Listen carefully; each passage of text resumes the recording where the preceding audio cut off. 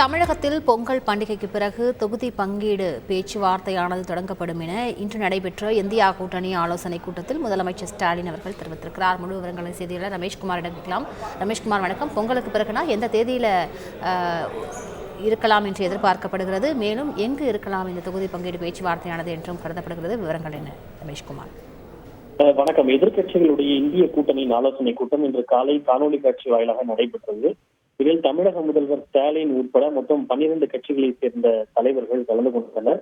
இதில் குறிப்பாக விவாதிக்கப்பட்ட விஷயம் தொகுதி பங்கீடு குறித்து விவாதிக்கப்பட்டிருக்கிறது. ஏற்கனவே பல மாநிலங்களில் இந்திய கூட்டணியில் இருக்கக்கூடிய கட்சிகளிடையே தொகுதி பங்கீடு பேச்சுவார்த்தை நடைபெற்று வருகிறது. இந்த தொகுதி பங்கீடு பேச்சுவார்த்தையில் ஏற்பட்டுள்ள முன்னேற்றங்கள், அதனுடைய தற்போதைய நிலை குறித்து விவாதிக்கப்பட்டதோடு எவ்வளவு விரைவாக இயலுமோ அவ்வளவு விரைவாக தொகுதி பங்கீடு பேச்சுவார்த்தைகள் தொடங்கப்பட்டு அதனை முடிக்க வேண்டும் என அனைத்து கட்சிகளுக்கும் இன்றைய கூட்டத்தில் அறிவுறுத்தப்பட்டது.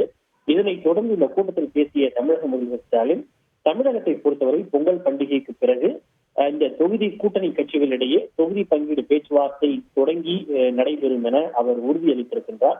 அநேகமாக வரும் 18 அல்லது 19ஆம் தேதிக்கு பிறகு தமிழகத்தில் கூட்டணி கட்சிகளிடையே இந்த தொகுதி பங்கீடு குறித்த பேச்சுவார்த்தை திமுகவின் சார்பில் மேற்கொள்ளப்படும் என தெரிகிறது. ஏனென்றால் 25 தேதிகளுக்கு பிறகு தமிழக முதல்வர் அயல்நாடு பயணம் மேற்கொள்வதாகவும் கூட ஒரு தகவல் இருக்கிறது. எனவே அதற்கு முன்பாக இந்த தொகுதி பங்கீடு பேச்சுவார்த்தை தமிழகத்தில் முடிக்கப்படும் என எதிர்பார்க்கப்படுகிறது. எனவே அடுத்த வாரம் வியாழன் அல்லது வெள்ளிக்கிழமை போல அது தொடர்பான நடைமுறைகள் தொடங்கும் என எதிர்பார்க்கிறது. முழு விவரங்களுக்கு நன்றி ரமேஷ்குமார்.